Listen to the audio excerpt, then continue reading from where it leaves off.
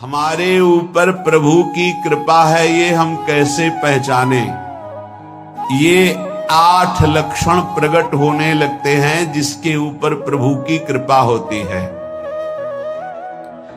हमारे ऊपर प्रभु की कृपा है ये हम कैसे पहचाने, तो ये 8 लक्षण प्रकट होने लगते हैं जिस पर हरिजू की प्रियाजू की कृपा है। पहला, घोर अपराध करने वाले के प्रति भी दया की भावना,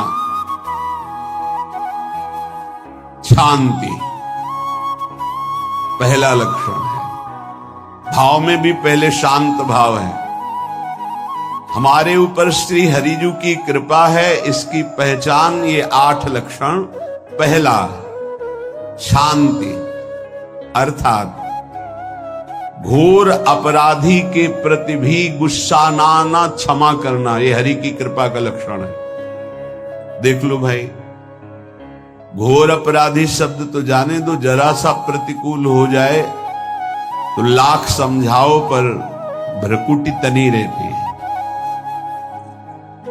भला ऐसा है? अपराधी पर भी क्षमा का भाव होना, ये हरि कृपा पात्र में ही होगा, अन्य में नहीं। तो अगर अपने हृदय में ऐसा लगे कि ऐसा नहीं है तो हरिजू से प्रार्थना करनी चाहिए कि कृपा करो, मेरे में सामर्थ्य आवे। दूसरा, अनुसूया, वो किसी भी के प्रति कभी भी कोई दोष दर्शन ही नहीं करेगा। दोष कथन, दोष श्रवण की तो बात जाने दो। अनुसूया, दूसरों के गुणों में दोष ढूंढना ये नहीं होता, हरि कृपा पात्र में ही नहीं होता। ये सब भजन के नाश करने वाले, जैसे पहला अपराधी पर क्रोध कर देना, तो माया ने भेजा इसीलिए था कि तुम्हारे साथ व्यवहार ऐसा करे कि तुम क्रोध करो। क्रोध करोगे तुम्हारी ऊर्जा शक्ति नष्ट हो जाएगी, अध्यात्म में जो चलने की थी। और कहीं तुमने संकल्प कर लिया तो भजन शक्ति नष्ट हो जाएगी। तो अगर भजन बल है तो गया, जरूर उसको दंड मिलेगा, पक्का मिलेगा, 100% मिलेगा, लेकिन आप खाली हो गए। ना भजन करने की वृत्ति रहेगी और ना भजन रहेगा, दोनों बात। अनुसूया, किसी के सद्गुणों में दोष देखना, गुणों में दोष ढूंढना, ये हरि कृपा पात्र में नहीं होता। ये बहुत मंगलमयी बातें हैं जिससे हमारा भजन मार्ग पुष्ट होता है। तीसरा, वो बाहर से और भीतर से पवित्र रहता है, हरि कृपा पात्र। शौचाचार का ज्ञान होना चाहिए, वस्त्र आपके पवित्र होने चाहिए, ये बाहरी, जल रज आदि के द्वारा बाहरी पवित्रता। और निष्कपटता, निश्चलता, सत्य भाव, ये अंदर की पवित्रता है। अगर कपट है, छल है, असत्य है तो हृदय मलिन रहता है। भीतर और बाहर से पवित्र रहना, इसमें खास बात क्या है? भीतर और बाहर से पवित्र रहने में, भीतर और बाहर से सदैव पवित्र कौन रह सकता है? तो बोले जो पुंडरीकाक्ष भगवान श्री हरि का प्रियाजू का स्मरण करता रहता है, शवायाभ्यंतर शुचि, वो बाह्य और अभ्यंतर दोनों से पावन रहता है। तीसरी जो कृपा का लक्षण है, अर्थात वो सदैव भगवत चिंतन परायण, शौचाचार का पालन करने वाला, बाहर और भीतर से हरि कृपा पात्र पवित्र रहता है। चौथा,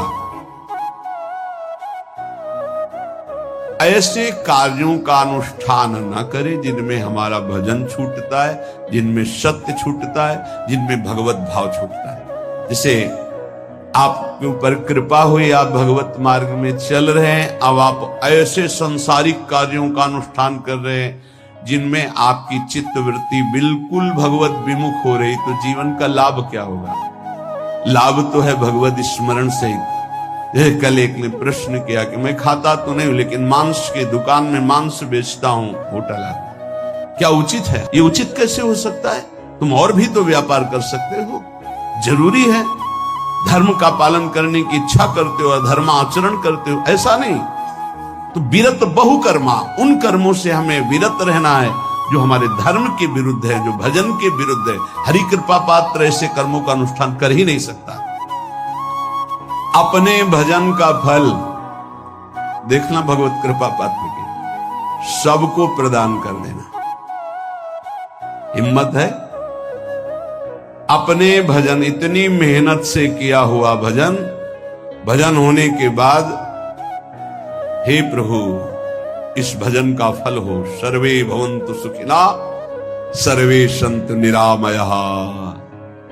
यहां तो कहते महाराज एक माला रोज आपके लिए करता हूं कि आपकी बीमारी ठीक रहे, तो शेष किसके लिए करते हो प्रभु? शेष अगर इष्ट और गुरु के लिए तुम्हारा है कि एक माला करते तो फिर इतनी माला करते तो हमें क्या होगा? सब आपको दे देंगे तो हमें क्या होगा? तभी भजन का रहस्य ले जाना। छठवां, अपने भजन से अपने लिए कुछ भी ना चाहना और दूसरों की तो बात जाने दो, दूसरों से कुछ ना चाहना ये तो ठीक है, अपने भजन से अपने लिए कुछ ना चाहना है हिम्मत। देखो ये हरि कृपा पात्र में हिम्मत होती है। अपना भजन अपने प्रयोग में ना लाना, इसका भी आंतरिक रहस्य है।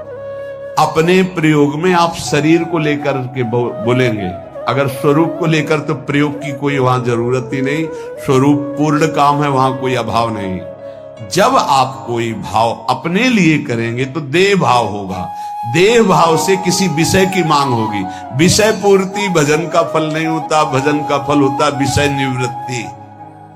बहुत जोर की बात है, कैसे समझ? अपने भजन का भी फल अपने लिए नहीं, दूसरों से कुछ चाह रखना तो बात ही जाने दो, भजन से भी कोई अन्य सुख की चाह नहीं। क्या चाहिए? भजन ही बनता रहे, भजन का फल भजन बनता रहे, खूब निरंतर जप करते रहे। सातवां, किसी भी मान सम्मान कीर्ति पद प्रतिष्ठा के मिलने पर हृदय का असंतुष्ट हो जाना, यह हरि कृपा पात्र का लक्षण होता है। प्रणाम नमस्कार जय हो तो हृदय में असंतुष्ट हो जाना चाहिए। कोई किंचन मात्र अभिमान न उदय हो जाए। प्रभु बचाओ, ये माया की चकाचौंध से बचा लो नाथ। कौन सा अपराध बन गया कि आपकी जय की जगह यहां हमको ऐसा सुनना पड़े। मान प्रतिष्ठा कीर्ति जिसके लिए बड़े बड़े लालायित रहते, हरि कृपा पात्र को विष की तरह चुभती है। और आठवां,